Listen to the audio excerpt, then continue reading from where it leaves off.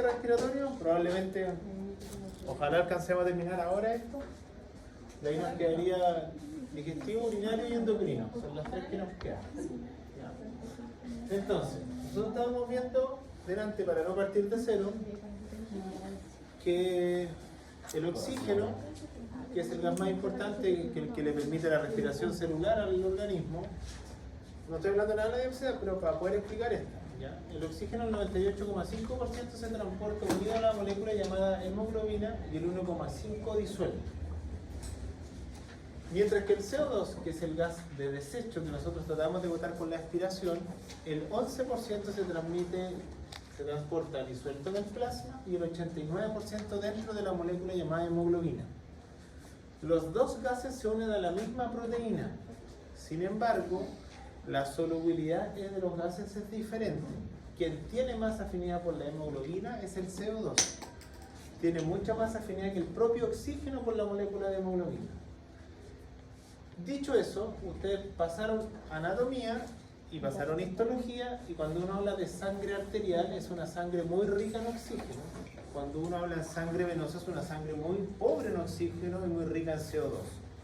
Por eso los colores de la sangre tienen que ver con la afinidad que tiene la hemoglobina con alguno de estos gases. Por eso la sangre es roja intensa, la arterial, y es más oscura, azulada o violácea la venosa, porque tiene menos porcentaje de oxígeno.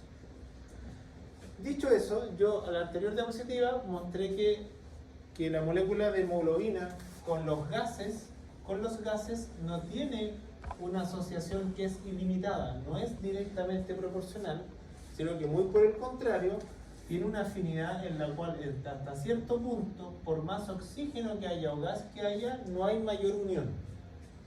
Y eso se llama saturación. O sea, cuando se llena la molécula de hemoglobina con alguno de los gases se llama saturación, y los libros lo miden en porcentajes. Por eso en los gráficos aquí aparece de 0 a 100 en casi todos los gráficos. Porcentaje de saturación, 0 a 100. Lo que va cambiando es lo que sale en el eje horizontal. Entonces, lo que yo expliqué en el gráfico anterior es que lo que importa es en qué momento se satura el 50% de la molécula. Y eso, en un animal normal, común y corriente, ocurre entre los 27 y 30 milímetros de mercurio de oxígeno.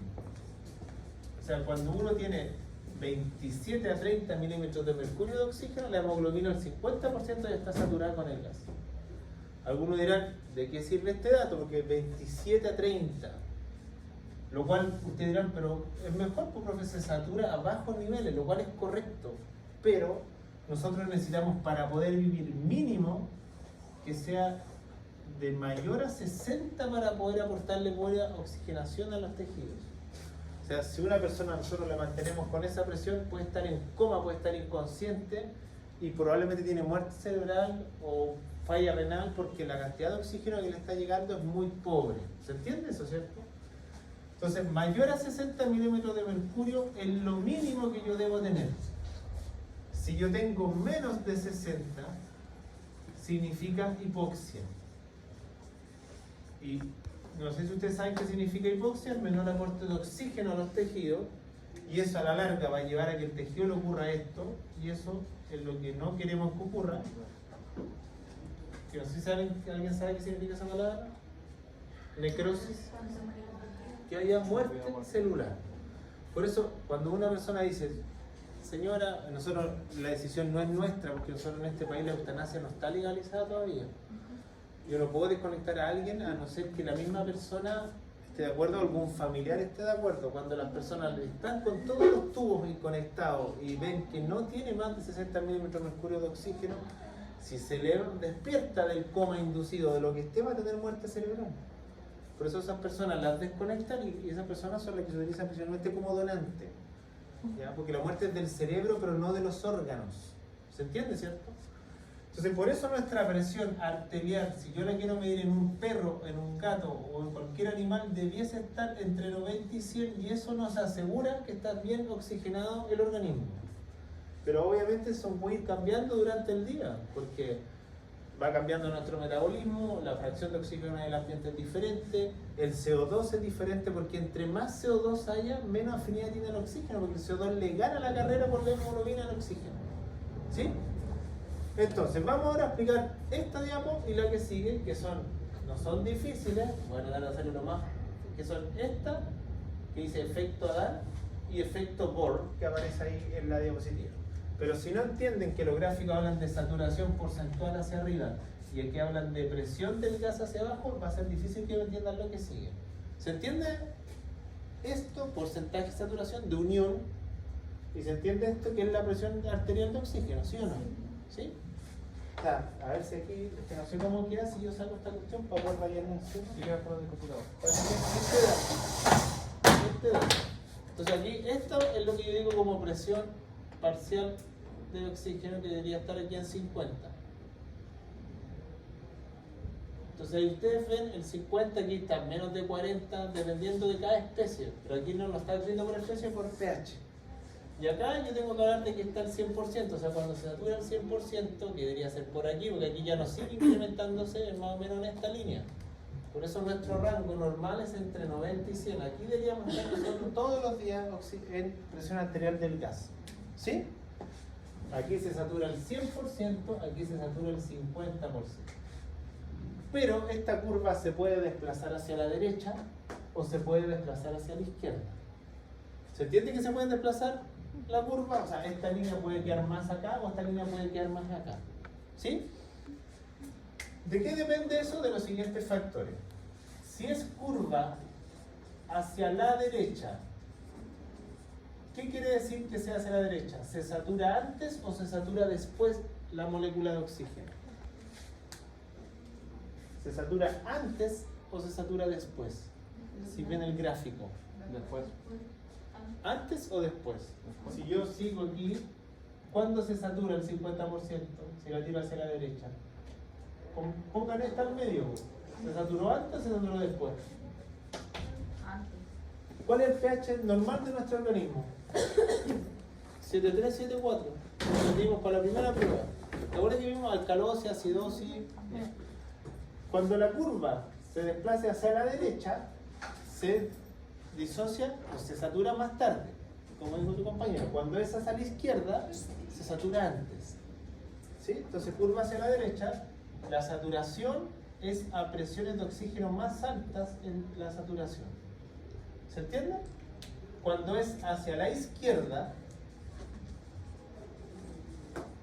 la saturación de oxígeno ocurre a presiones más bajas.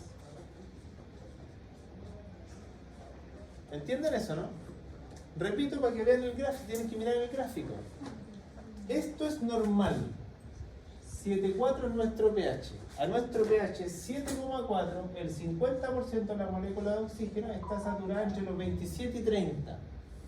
Pero el pH durante el día de nosotros no es el mismo. Nosotros tenemos el 7,4 todo el día. Basta con que ustedes coman algo y el pH del organismo cambia.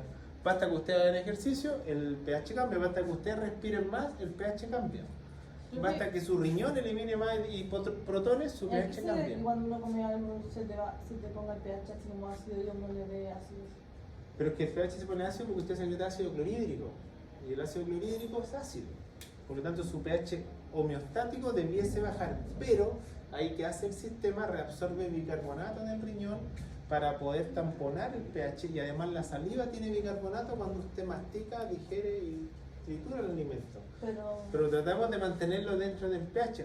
Pero obviamente. Una persona que come como cualquier cosa y le da ácido, le da ácido. Pero que eso ya tiene que ver. Pero son muchas veces no es de la alimentación, es un problema de algo pasa a nivel gástrico o a nivel endocrino, porque hay una hormona que se llama gastrina y esa hormona es la que le dice a las células del estómago libera más ácido. Y a veces puede ser problema de eso o hay una interacción farmacológica con algo, porque hay gente que también toma fármacos, remedios o como quieran llamarlo, que modifican también eso. ¿Ya? Por ejemplo, las personas que están tomando antiinflamatorios todo el día porque les duele algo, van a tener un pH gástrico muy ácido porque eso inhibe el mucus y el ácido clorhídrico genera acidez. Entonces, para que entiendan ustedes, vuelvo a repetir, porcentaje de saturación hacia arriba de 0 a 100, presiones del gas en la horizontal. Aquí se sale hasta 120, 140, pero como yo dije, esto no es así. Por eso hay una meseta. Entonces cuando se alcanza el 100 es cuando mi presión es de 90 y 100. Cuando es de 27 a 30 ya alcanzo a saturar el 50%. Por lo tanto, la curva, lo que yo estoy explicando, la curva se puede mover para la izquierda de lo normal o se puede mover a la derecha de lo normal. Cuando se desplaza la curva, que es esto, esta curva me estoy refiriendo a esto, se desplaza hacia la derecha, se alcanza más tarde la presión del 50%, se satura más tarde la molécula, mientras que cuando lo desplaza a la izquierda se desplaza antes. ¿Se entiende eso o no? En el gráfico, ¿sí? A ver, haga una curva. ¿Ah? Hágale una curva. Pero que esta es la curva normal, Ajá. y si la curva yo la muevo hacia la izquierda, a presiones más bajas de oxígeno ya se satura, porque tiene valores más altos. Y hacia la derecha se satura más tarde. Pues miren cuando si yo tiro la línea 40, se satura a este nivel. Este ya está saturado. Miren el nivel de saturación. Acá está el porcentaje de saturación, ya está antes. Este es el porcentaje de saturación. Mira acá, pues. Si yo hago la línea imaginaria y tiro el 20 acá, que este pneumónico que me pasó está más malo que... Pero si yo tiro el 20 aquí, ¿cuál está saturado más? Saturado, porcentaje. Si para abajo el porcentaje es más bajo de saturación y para arriba el porcentaje es más alto de saturación. La primera curva en la que ya está saturada, miren, casi el 50%. Acá el 50% se satura, pero más acá. Y acá el 50% más acá. Entre más allá yo esté en la curva, me saturo más tarde. O en otra manera, me lleno con oxígeno, la hemoglobina se carga con oxígeno más tarde. Entre más acá, se carga antes. ¿Por qué tengo que explicar toda esta cháchara? Porque tiene cualquier miércoles me explica esto. Porque durante el día, estos factores modifican esta curva, que hacen que se desplace hacia la izquierda o que hacen que se desplace hacia la derecha. ¿Qué puede hacer que se desplace hacia la derecha? Es decir, que hacia la derecha nosotros nos saturemos más tarde con oxígeno. Primero, temperatura corporal aumentada. O sea, si nosotros tenemos fiebre, o tenemos hipertermia, o tenemos, como quieren llamarle, epirexia, la saturación es más tardía. Por eso nosotros cuando tenemos fiebre, como signo clínico, obviamente una persona que tiene fiebre, claro, vive todo lo que tenga, tiene un malestar general, pero esa persona se está saturando con oxígeno en la molécula el 50% mucho más tarde. Segundo factor que hace que se desplace a la derecha es pH, y el pH tiene que ser ácido. Cuando el pH se vuelve ácido, por eso si usted ve en el gráfico, ¿qué pH sale hacia la derecha? No sale 7,4, sino que sale 6,8, que es más ácido. Por lo tanto, cuando yo tengo un pH homeostático, no estoy hablando del estómago, un pH de la sangre más ácido, el oxígeno se une más tarde a la hemoglobina. Ustedes dirán, ¿por qué? Porque ¿de dónde viene el pH? ¿De dónde forma este pH ácido? ¿Cuál es la fórmula del pH? ¿Cuál es la fórmula del pH de la primera prueba? ¿Cómo era?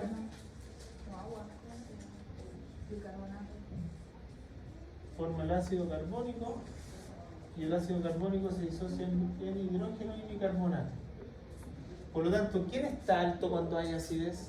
¿Quién forma más ácido? ¿Y quién tiene más afinidad con la molécula de hemoglobina, el CO2 o el oxígeno? Por lo tanto, como el CO2 está unido a la molécula de hemoglobina, se satura la molécula de hemoglobina más tarde con oxígeno. Y esos dos factores son los que aparecen aquí: temperatura corporal, pH y presión de CO2. Si la presión de CO2 está más alta en la arteria, también se desplaza hacia la derecha, es decir, cuando uno tiene hipercapnia.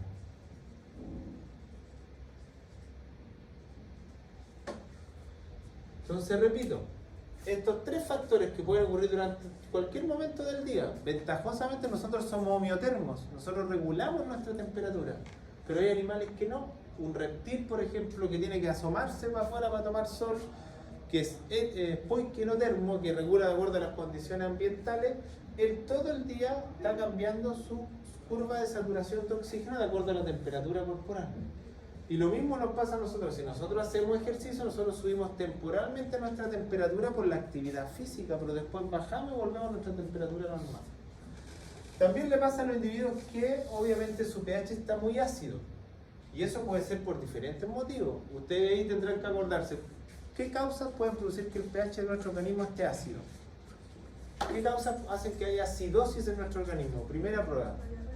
¿Ah? Diarrea, deshidratación, shock, diabetes. ¿Por qué ven un perro que llega con diarrea, que no tiene ánimo de nada?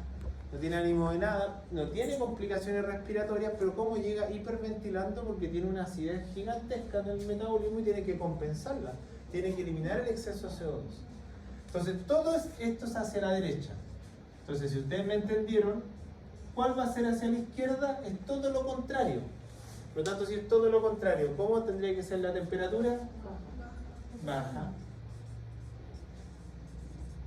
Porque si ustedes piensen en una persona que queda atrapado en la montaña y a menos 20 grados Celsius, él no muere de mala oxigenación, él muere de hipotermia.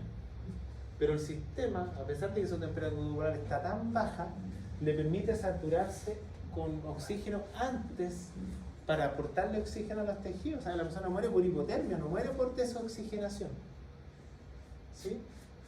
Entonces tenemos temperatura, pH alcalino. Nuestro pH es raro que se alcalinice.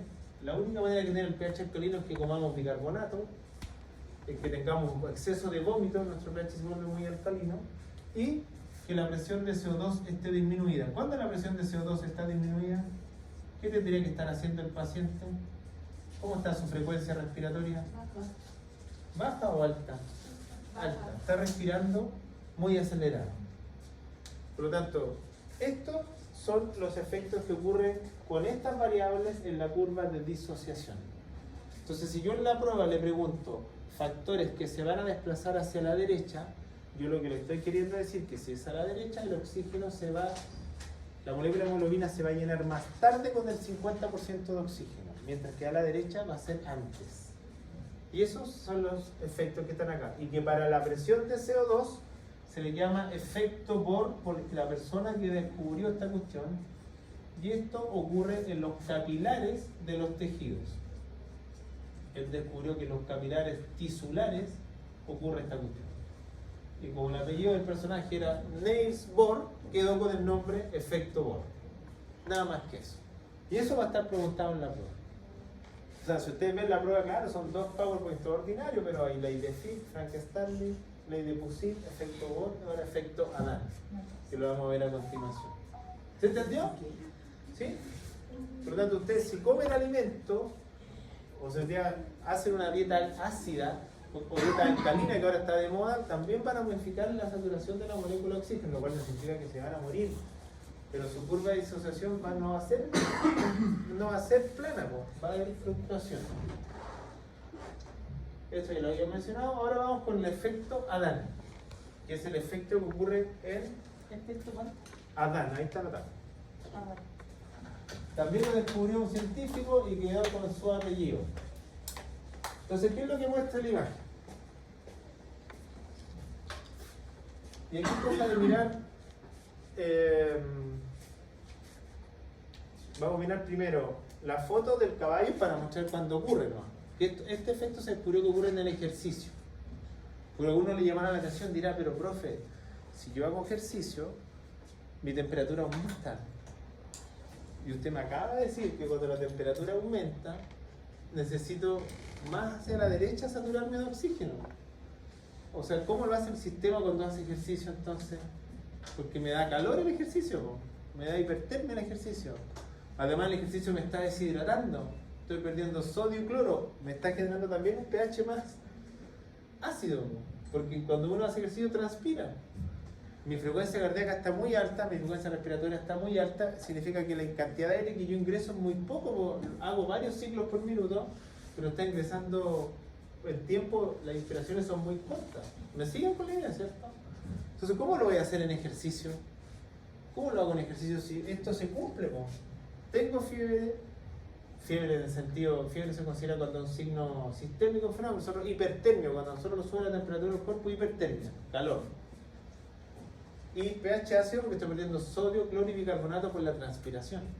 O sea, algunos dirán entonces, profe, para el ejercicio, ¿cómo lo hace el respiratorio para adaptarse si el músculo le está pidiendo más oxígeno? Y todo lo que usted me ha dicho en la diapo anterior significa que me saturo más tarde. Y esto lo descubrió este personaje que se llama Adán, y el efecto Adán describe que esto ocurre solamente en los capilares pulmonares. Es decir, ocurre en el pulmón, no ocurre en los tejidos.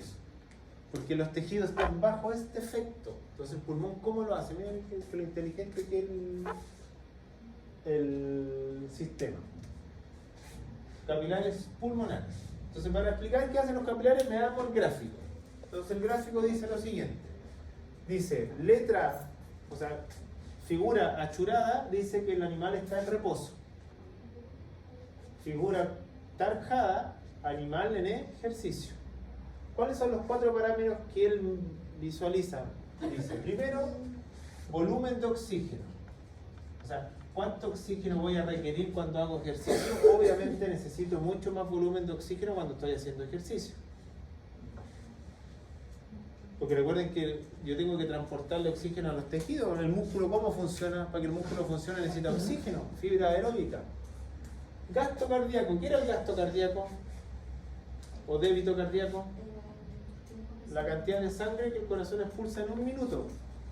¿Se acuerdan que el músculo sin ejercicio recibe el 15% de la sangre, pero con ejercicio recibe el 78%? Entonces le tengo que aportar más sangre por minuto. Gasto cardíaco en ejercicio siempre es mayor. Hemoglobina. La hemoglobina también tiene que ser mayor porque tengo que transportarle oxígeno. Recuerden que la hemoglobina es la que transporta el oxígeno. Además tengo que tener más hemoglobina por lo que estoy comentando ahora. Porque como tengo calor por el ejercicio, como tengo menos bicarbonato y estoy ácido, la hemoglobina con el oxígeno se están desplazando hacia la derecha y se está saturando más tarde el sistema. ¿Y cuál será esta? ¿Qué creen ustedes que será esta? A. ¿Qué diferencia será esta? Es la diferencia entre la arteria y... la diferencia entre el alveolo y el capilar. Alveolo, vena. ¿Se acuerdan cuál era la diferencia cuando vimos el gráfico que salía aquí, arteria pulmonar, salía todo alveolo así y después salía cómo volvía el corazón del lado derecho? ¿Se acuerdan cuánto era esa diferencia? O sea, no el valor, pero a esta me refiero. A esta diferencia. Esta era la arterial y esta es la alveolar. ¿Cuánto es la diferencia del gas? Para CO2 es de 6 y para oxígeno era, según lo que sale ahí, de 62. ¿Se entiende, cierto? Ya. Entonces ahora si yo voy al gráfico, que es este que está acá. ¿Por qué la diferencia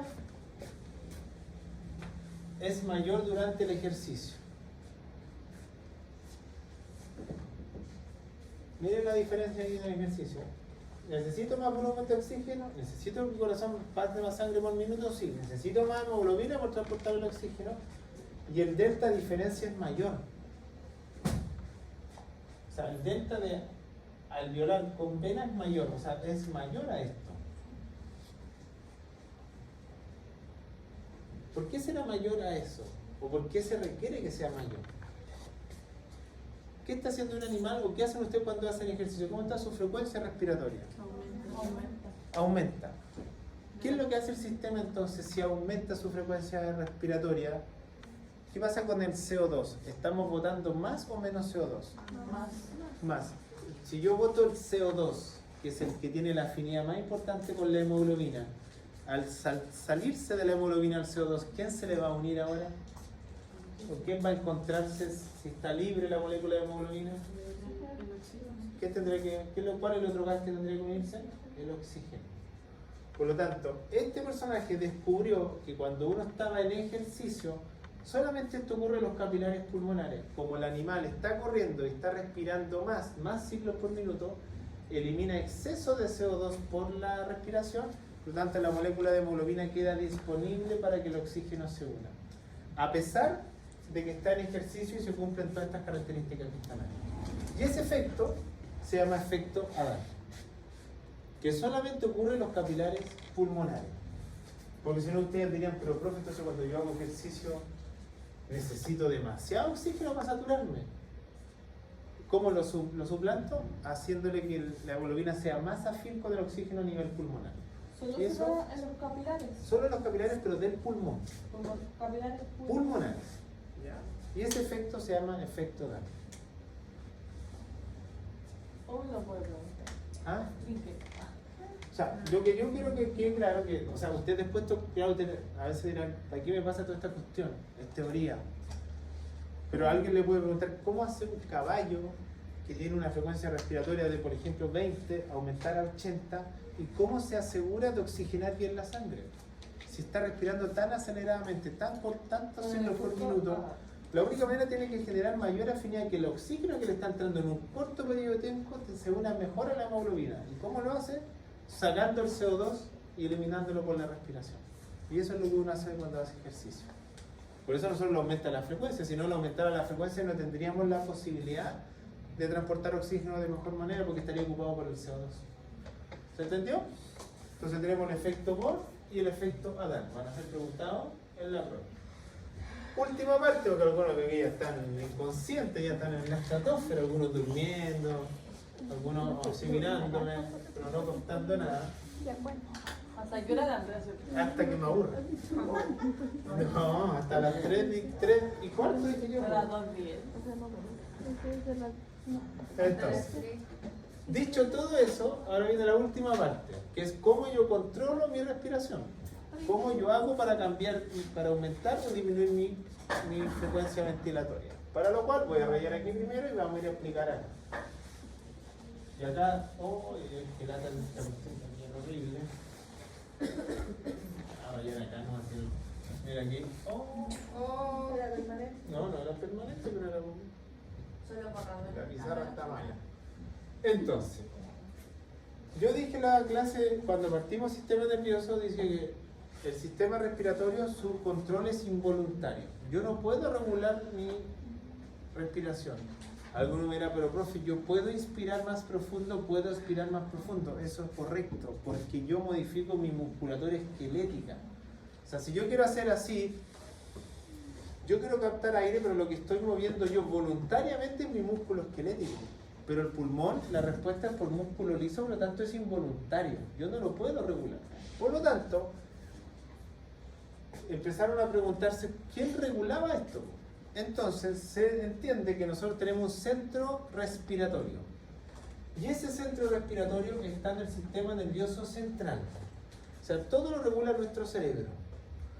¿Dónde está este centro? Este centro, que empezaron a verlo para tratar de buscarlo, voy a explicar cómo lo encontraron. Este centro se le conoce como el bulbo raquídeo.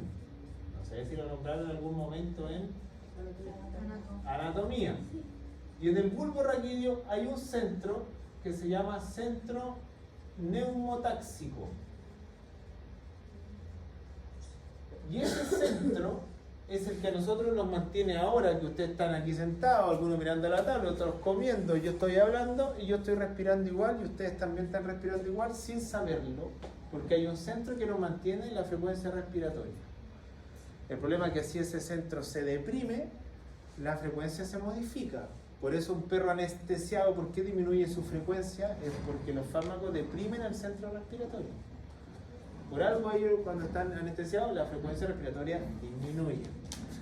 Este centro regula nuestra frecuencia y como ustedes aprendieron en sistema nervioso, ¿cómo se llaman las vías que llevan la información al cerebro? ¿Cómo se llaman? Cuando las vías ascendente o la otra palabra que se llama cuando mandan la señal aferente. ¿Y cómo se llaman las vías de respuesta?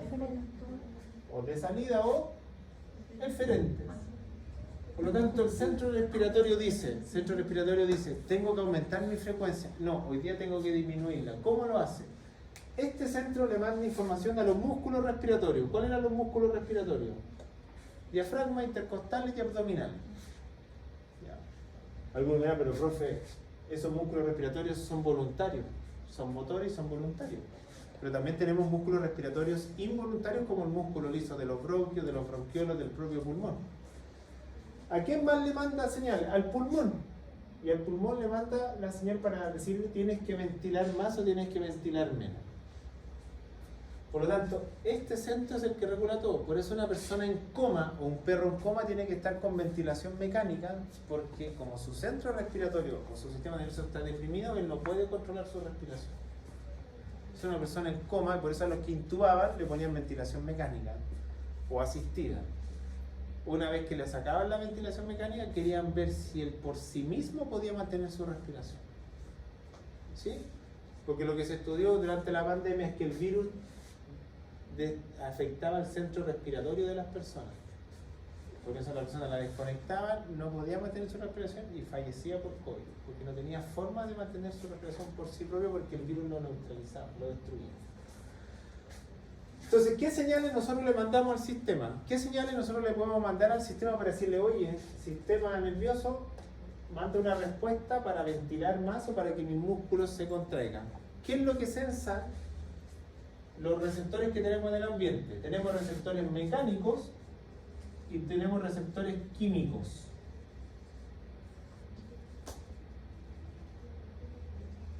¿A quién se le ocurre cuál podría ser un receptor mecánico? ¿Qué podría sensar ese receptor en un órgano como el pulmón, por ejemplo, o en una vía respiratoria? ¿Qué característica tiene el órgano respiratorio? Por ejemplo, si son musculares lisos, ¿qué puede hacer el pulmón? ¿Qué característica tiene? Elasticidad. Entonces, los receptores mecánicos lo que sensan es la elasticidad o distensibilidad de los sistemas respiratorios. Qué tan elásticos y qué tan distensibles están. ¿Y cuáles serán receptores químicos? ¿Cuál será algo químico que uno puede sensar? Porque alguien le puede mandar una información. Químico son el pH, por ejemplo, y las presiones arteriales de los dos gases más importantes, oxígeno y CO2.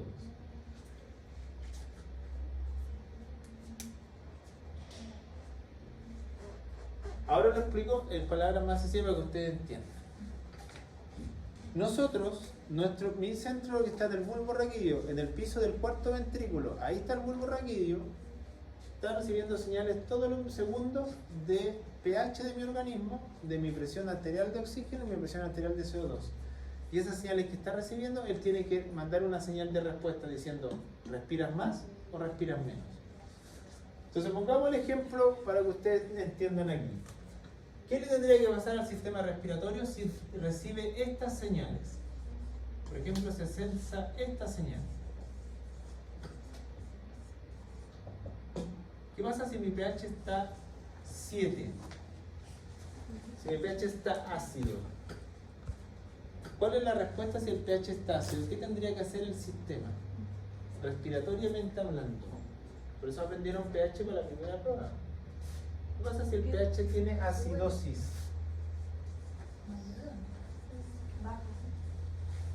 ¿Qué tendría que hacer el sistema? ¿Ventilar más o ventilar menos? Si yo ventilo menos, retengo menos o más CO2. Y si retengo más CO2, ¿formo más ácido o formo menos ácido? Menos ácido. Si la fórmula está puesta ahí. Ya está. ¿Pero por qué no produce? Miren. Si esta es la fórmula de pH y yo rayé en la pizarra, y que ustedes ya estudiaron por la prueba, pues, bueno, una cosa que le haya ido bien en la cuestión. Ahí ya no puedo borrar porque ya me equivoqué ahí. ¿No? Pero nosotros, esto es lo que estoy diciendo. Si mi pH es ácido, tengo más hidrogeniones, porque tengo más hidrógeno, mi pH está 7. ¿Qué tendría que hacer el respiratorio? ¿Respirar más o respirar menos? Si yo respiro menos, retengo más CO2, formo más ácido y el pH me sigue quedando más ácido. Por lo tanto, ¿qué tendría que hacer el sistema? eliminar el exceso de CO2 y la única manera de eliminarlo es respirando más. Por lo tanto, el centro respiratorio, cuando nuestro pH está ácido, de inmediato le dice al sistema, tú tienes que hiperventilar, es decir, aumentar tu frecuencia respiratoria. ¿Sí? ¿Qué le tendría que decir si el CO2 está alto? ¿Cuánto era la presión arterial de CO2? 35 a 45. ¿Qué pasa si esta presión está en 50? ¿Qué tendría que hacer el sistema? ¿Respirar más o respirar menos? Si está en 50, significa que estoy reteniendo mucho CO2. ¿Y quién tiene más afinidad por la hemoglobina, el CO2 o el oxígeno? Entonces lo tengo que separar de la hemoglobina para que el oxígeno se una. ¿Qué tendría que hacer? Respirar más. Por lo tanto, cuando hay hipercapnia, que es el concepto de aumento del... debería respirar más. ¿Y qué pasa cuando la presión de oxígeno está menos de 90 milímetros de mercurio? Es decir, tengo la presión arterial de oxígeno bajo. ¿Qué tendría que hacer el sistema para captar más oxígeno? Respirar más. Por lo tanto, durante todo el día, ahora que yo estoy hablando y que tengo la boca seca y estoy deshidratado, el sistema dice, por la deshidratación tu pH está siendo ácido, por lo tanto probablemente ahora si yo me tomase la frecuencia respiratoria la tendría más alta porque estoy compensando ese sistema. Ahora si lo veo del otro punto de vista, ¿qué pasa si el pH es alcalino? ¿Qué pasa si la presión de CO2 es menos de 35? ¿Y qué pasa si la presión de oxígeno está cercana a 100? ¿Qué dice el sistema ahora? Tienes que respirar o bajar tu frecuencia respiratoria porque tienes un pH muy alcalino, por lo tanto estás reteniendo demasiado bicarbonato, tienes demasiado bicarbonato y ahí yo tendría que, por esta mezcla, aumentar mi frecuencia respiratoria. O sea, perdón, por esta, ahí me confundí, disminuir y acá yo tengo que aumentar. ¿Cómo se llama cuando uno aumenta la frecuencia respiratoria? Se llama taquipnea. Y cuando yo disminuyo la frecuencia respiratoria se llama bradipnea. ¿Se entiende? Entonces eso lo estoy haciendo todo el día. Pero yo lo hago de forma involuntaria. El que me está mandando la señal es el centro regulador. Pero el centro regulador sensa en nuestra sangre esos tres componentes. No sé cómo voy a mostrar el otro día porque ya no puedo borrar todo lo que está ahí. ¿Cómo se estudió esta cuestión? Porque algunos animales le empezaron a hacer lo siguiente. Y aquí tendrán que... a ver si se alcanza a ver ahí.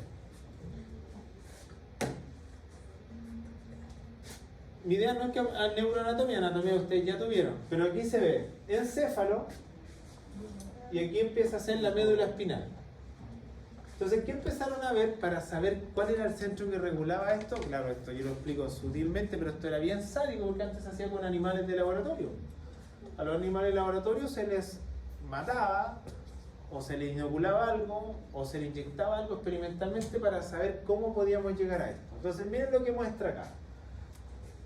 ¿Este nervio ustedes lo pasaron en algún ramo, sí o no? Sí. Ese nervio que se llama nervio vago. Que es raro su nombre porque no es vago como que no hiciese nada, pero el que controla más funciones involuntarias del organismo es el nervio vago. Entonces dijeron, el nervio vago es el que lleva la información para que el sistema respiratorio genere algún ciclo. Entonces hagamos lo siguiente, cortémosle, veamos qué pasa con el nervio vago si yo le saco un trocito de cerebro a esos animales y vemos si se altera su frecuencia o no. Entonces dice claramente, intacto el nervio vago, o sea, lo dejo o lo secciono, es decir, lo corto. ¿Qué pasaba con la funcionalidad en las diferentes partes que están aquí? Protuberancia, craneal, caudal y bulbo raquídeo. Miren el bulbo raquídeo, ¿cómo está? ¿Le pasa algo si yo le corto el nervio vago a esa persona?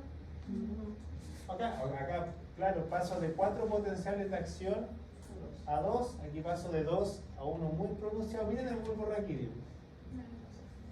Se mantienen los mismos potenciales de acción tanto con el nervio intacto como con el nervio cortado. Por lo tanto, con este experimento se dieron cuenta que quien mantiene la funcionalidad respiratoria en un paciente independiente que tenga los nervios diseccionados es el bulbo raquídeo. Y ese es el centro de respiración. ¿Sí? ¿Qué le creen?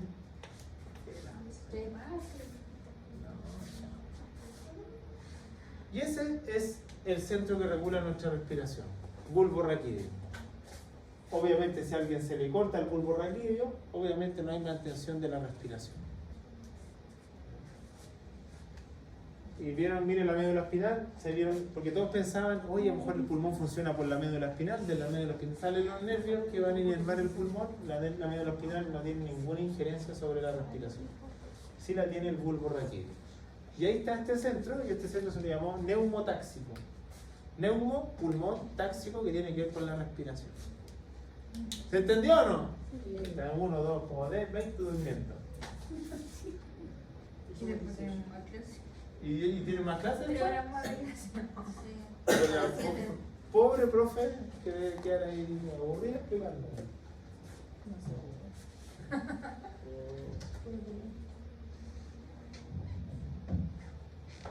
Y ya. ¿Seguimos o no seguimos? Quedan re pocas ya. Pero así no dan ganas, ni a uno quedan antes, si están todos. Imagínense a nosotros. Chuta. Ven. Yo no sé, máximo esfuerzo. Entonces, ahí están, vuelvo a ver cómo se controla la ventilación. Por eso, si una persona, su pulmón lo tiene con neumonía, igual sigue respirando. Por eso si una persona tiene problemas cardíacos, igual sigue respirando, porque el centro respiratorio es el que regula. Lo que va a ir cambiando sin duda va a ser la ventilación. Y obviamente hay pacientes que su ventilación llega tan baja que obviamente mueren por mala oxigenación de los tejidos, por eso le tengo que dar oxigenoterapia. Entonces en la prueba yo voy a preguntar el efecto Born, que tiene que ver con esto, pH, efecto Adán, que ocurre a los capilares pulmonares, esto que está anotado en la pizarra, cuando yo aumento la frecuencia y cuando yo la disminuyo, y está todo explicado en la clase. De ahí que me haya puesto de Dios, ya yo no sé qué hacer. Ya no me dan ganas de matarme. Entonces, ahí está el centro que regula la respiración. Y por último, porque hay algunos que no están aquí. ¿Y después qué ramo es? ¿Parásito? Sí. Aquí vamos como vamos a pasar piola que quedó rayado abajo. Entonces, vamos a ver dónde están los receptores mecánicos y aquí dónde están los receptores químicos, y con esto terminamos. Nada más. De nombrarlos, ¿no? Entonces, ¿dónde tenemos receptores mecánicos nosotros? ¿Dónde tenemos receptores que le dicen al sistema, ¿sabes qué? Acá está muy elástico, aquí se está distendiendo mucho, aquí está muy contraído todo. Aquí están los receptores, ¿dónde están? Primero tenemos receptores de elasticidad en la tráquea y en los bronquios.